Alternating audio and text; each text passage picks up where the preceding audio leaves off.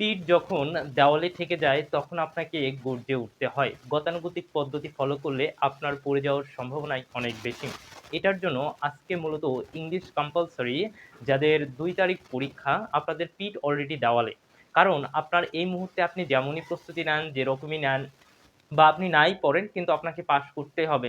আজকের ভিডিওটি শুধুমাত্র তাদের জন্য যারা পাস করতে চান, এছাড়াও যারা আজকের ভিডিওটি তাদের জন্য যারা রিভিশন দিতে চান। তো এরকম আমি আজকের ভিডিওটি নিয়ে আপনাদের সামনে হাজির হয়েছি। শুরুটা করবেন, শেষ পর্যন্ত থাকবেন। দেখবেন আপনার অবস্থানটা কোথায় থেকে কোথায় চলে যায়। আপনার একটা আত্মবিশ্বাস, কনফিডেন্স চলে আসবে। আসসালামু আলাইকুম সুপ্রিয় শিক্ষার্থীবৃন্দ। আজকের ভিডিওটি আপনারা ইতিমধ্যে টাইমলাইন বা হেডলাইন দেখে বুঝতেই পারতেছেন যে আজকের ক্লাসটি কি হতে যাচ্ছে। আজকের এই ছোট্ট ভিডিওটি আপনার চিন্তা ভাবনাকে, আপনার কনফিডেন্সকে আলাদাভাবে মোটিভেট করতে পারে, আলাদাভাবে নিজেকে একটা ভিতরে কনফিডেন্স, আত্মবিশ্বাস তুলে দিতে পারে। অর্থাৎ আপনাকে পাস করা দরকার, পাস করা জরুরি। আজকে আমি আপনাকে দেখাবো যে আপনার হাতে যে ১.৫ দিন সময় আছে, এই ১.৫ দিনে আপনি কিভাবে পড়বেন, কোনভাবে পড়বেন এবং আপনি পাস যেন নিশ্চিত করতে পারেন। তো আজকের ভিডিওটি প্রথমে চলে যাই আমার হাতে পর্যাপ্ত পরিমাণ সময় কতটুকু আছে। তো আমরা যদি একটা টাইম সিলেক্ট করি, সেই টাইমটি হচ্ছে কয় তারিখ? আজকে ৩১ তারিখ। এখন এই ৩১ তারিখের টাইমটা যদি আমি করি, আমার ভিডিওটা আপলোড হওয়ার পরে তারপরেও আপনি ১ ঘন্টা হাতে সময় পাবেন। এখানে দেখেন আমি টাইম ধরেছি ৪টা থেকে ১১টা। ৪টা থেকে ১১টা যদি টাইম কাউন্ট করি তাহলে মানে 7 আওয়ার। তার মানে কি আপনি একজন হিউম্যান মানুষ। আপনি এতদিন পড়াশোনা করেননি। আপনি কি চাইলেও একটানা ৭ ঘন্টা পড়া সম্ভব? ইম্পসিবল। অনেকে মনে করবেন সম্ভব কিন্তু আদৌ সম্ভব না, ক্ষেত্র বিশেষ ব্যতীত। তো এখন এটাকে আপনি কি করবেন? এটার জন্য আমি আপনাকে একটু সহজ হিসাব বুঝিয়ে দিচ্ছি। আপনি এই ৭ আওয়ারে মাত্র ৫ আওয়ার পড়াশোনা করবেন। এখন আপনি বলবেন যে ১১টার পরে চাইলেও তো পড়বেন। কিন্তু এটা মেইনটেইন করতে গেলে পরবর্তীতে আপনার ঝামেলা হবে। এটা একটু পরে আসি। তো আপনি ৪ থেকে ১ ঘন্টা টোটাল ৭ আওয়ার, কিন্তু আপনি পড়াশোনা করবেন কতক্ষণ? ৫ ঘন্টা। হুম? তো এইখানে দেখেন যদি পড়াশোনা আপনি ৫ ঘন্টা করেন, দেখেন তার ৩১ তারিখে আপনি সময় পাচ্ছেন ৫ ঘন্টা পড়ার সময়। সেকেন্ড কাজ ১ তারিখ। দেখেন ১ তারিখ যদি আমরা একটু খেয়াল করি, ১ তারিখে আমরা টাইম পাচ্ছি ২ ভাবে বিভক্ত করব। একটা হচ্ছে দুপুরের আগে আর একটা হচ্ছে দুপুরের পরে। তো দুপুরের আগে দেখেন সকাল ৭টা থেকে, কারণ আপনি ওখানে ১১টা পর্যন্ত যদি পড়াশোনা করেন, ওই যে বাকি যে টাইমটা মাঝখানে আপনি ঘুমিয়ে নেবেন। এক্সট্রা কোনো প্রেশার দরকার নেই। আপনার এই ঘুম না করার কারণে আপনার আলাদা একটা এনার্জি নষ্ট হবে। এটা আমার একটু শোনেন। তাহলে আমি কি বললাম? ৭টা থেকে ১টা এখানে পাচ্ছেন ৬ ঘন্টা।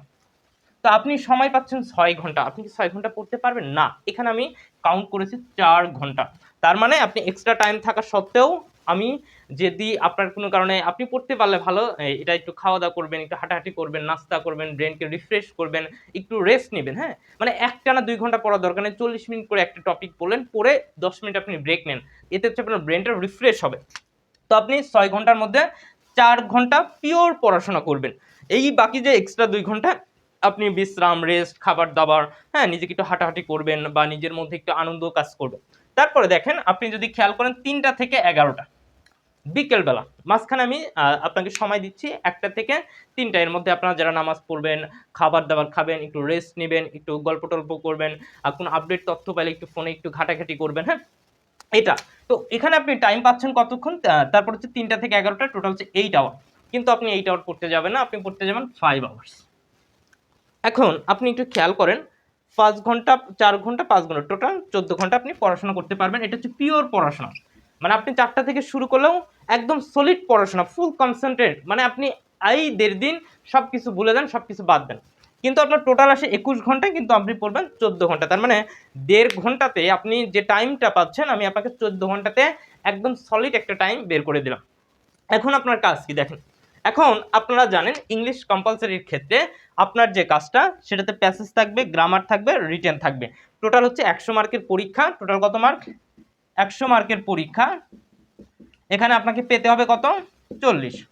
তো এটার জন্য আমি আপনাকে বেশ কিছু ইনফরমেশন দেব। তাহলে আসলেন প্রথমে আপনি আপনার যে কাজটা আমি আবারও বলছি, আপনি যদি এই ভিডিওটি দেখেন, কৌশলগুলো অবলম্বন করেন, সেগুলো যদি নিজের মধ্যে এপ্লাই করেন, দেখবেন একটা আপনি ভালো আউটপুট নিয়ে আসবেন, ভালো একটা কনফিডেন্স নিয়ে আসবেন, এক্সাম হলে লিখতে পারবেন, এক্সাম হলে পাস করতে পারবেন, আমি আপনাকে বলতেছি। তার মানে এখানে আমরা যে জিনিসগুলো দেখতে পাচ্ছি, যে বিষয়গুলো এখানে কাউন্ট করতে পারছি, তার মানে দেখেন ১০০ মার্কের মধ্যে আপনি কত পাইলেন? মাত্র ৪০ পাবেন। কিভাবে? এটা আসে। তার মানে আপনি টাইম সিলেক্ট করে ফেললেন। এখন টাইম পেয়ে গেলেন। এখন বিষয়টা হচ্ছে আপনি কি পড়বেন। এখন কি আপনি বলবেন যে ভাইয়া আমার বাসায় হচ্ছে এরকম বই আছে, কি বলে, আর 2টা 3টে এরকম হেই মোটা মোটা বই এরকম, এখন এগুলো পড়তে গেলে পরীক্ষার আগে দিয়ে ব্রেনে থাকবে? মানে আপনি পড়বেন ঠিক আছে, কিন্তু তো লিখতে পারবেন না, আপনার মনেও থাকবে না। তাহলে এটার জন্য কি করা যায়?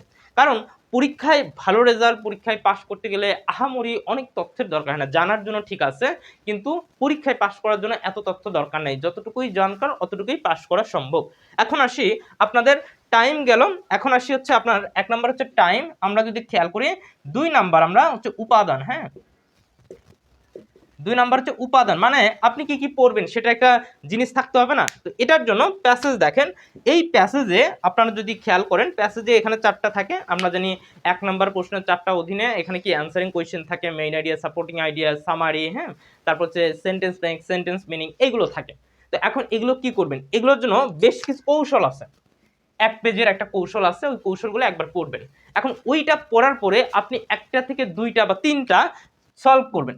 এখন আপনি যদি বলেন এই যে প্যাসেজ, এই প্যাসেজটাকে কৌশল পড়তে আপনার বড়জোর 20 মিনিট সময় লাগবে, সেটা অ্যাপ্লাই করতে 2টা 3টা প্যাসেজ সলভ করলে ওখানে প্রায় আপনার ধরেন 1 ঘন্টা সময় লাগবে।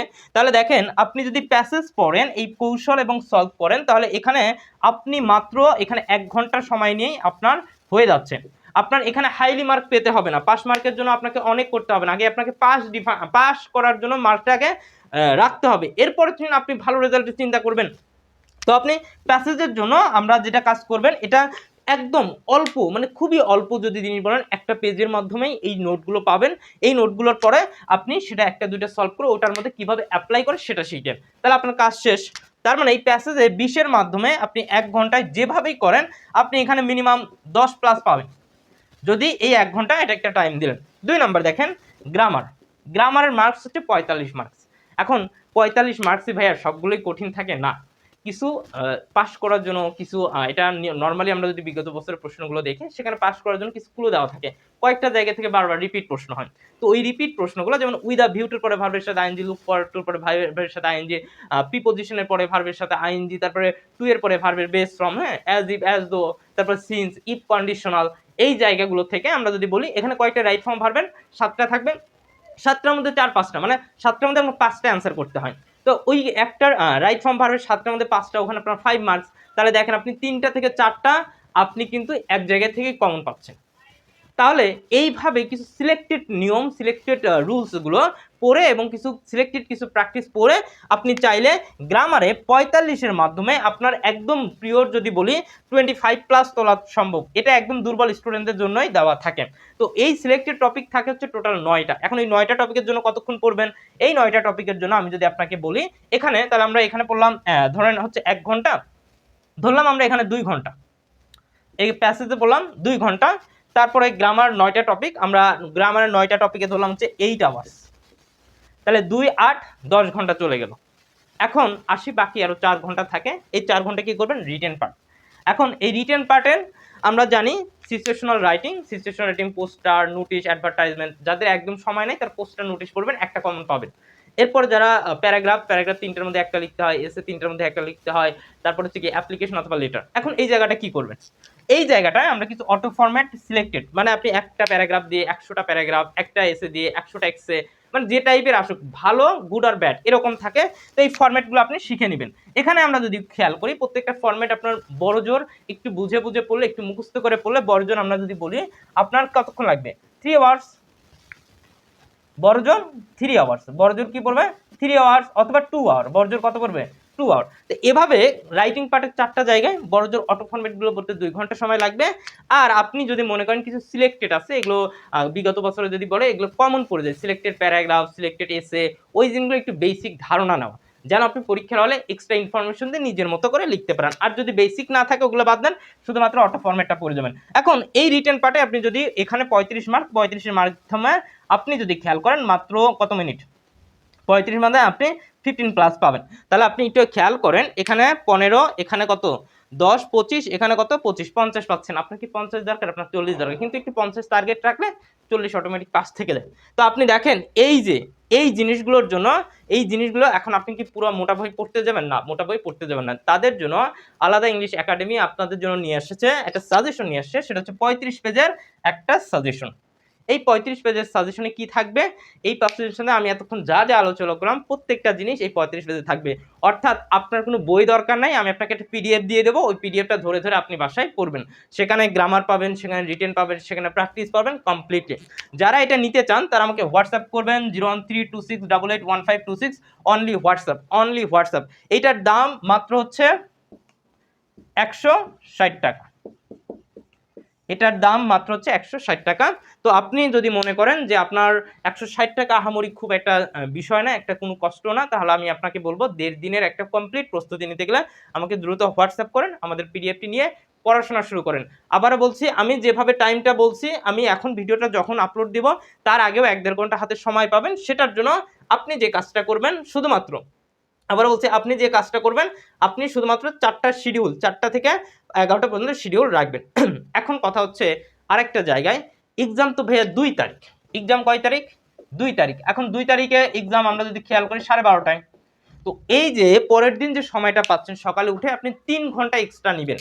সকালে পরের দিন মানে এক্সামের আগের দিন 3 আওয়ার্স বা 2 আওয়ার্স, হ্যাঁ 2 আওয়ার্স নিয়ে এই যে 1.5 দিনে যা যা পড়লেন প্রত্যেকটা জিনিস একবার রিভাইজ দিবেন, মুখস্থ না, রিভাইজ দিবেন। কি কি পড়ছি, কেন পড়ছি, ওই দিনগুলো কি হলো জাস্ট রিভিশন দিয়ে দেবেন। একটা জিনিস মাথায় রাখবেন, আমাদের পরীক্ষার আগে যেগুলো আমরা পড়ি, ওই পড়াগুলো, পরীক্ষার আগে যেগুলো আমরা পড়ি ওই পড়াগুলো আমরা কি করি, পরের দিনে এক্সাম হলে গিয়ে মনে পড়ে। এটা একটা আসলে আমি নিজেও জানি না, আমার সাথেও এমন হয়, ব্রেনের খেলা। তবে আপনি অন্তত একবার রিভিশন দিবেন, একবার দেখে যাবেন, অন্তত লিখে আসতে পারবেন। তো আমি বলতেছি, আপনাদের আবারও বলছি, যারা আজকের ভিডিওটি দেখছেন শুরু থেকে শেষ পর্যন্ত, শুধুমাত্র এটা অনেকেই চাইবেন, মানা কষ্ট হবে, কিন্তু জোর করে হলেও নিজেকে, মানে কি বলে, মানে হচ্ছে গলা টিপে হলেও বসায় রাখবেন টেবিলে, গলা টিপে হলেও জাস্ট, ওই যে বলে না, সবকিছু সাজানো গোছানো রেডি, সবগুলো কৌশল যদি ঠিক থাকে আপনার পরিশ্রম করতে ইচ্ছা করবে। তো আমি প্রত্যেকটা জিনিস আমি আপনাকে সেভাবে রেডি করে দিচ্ছি।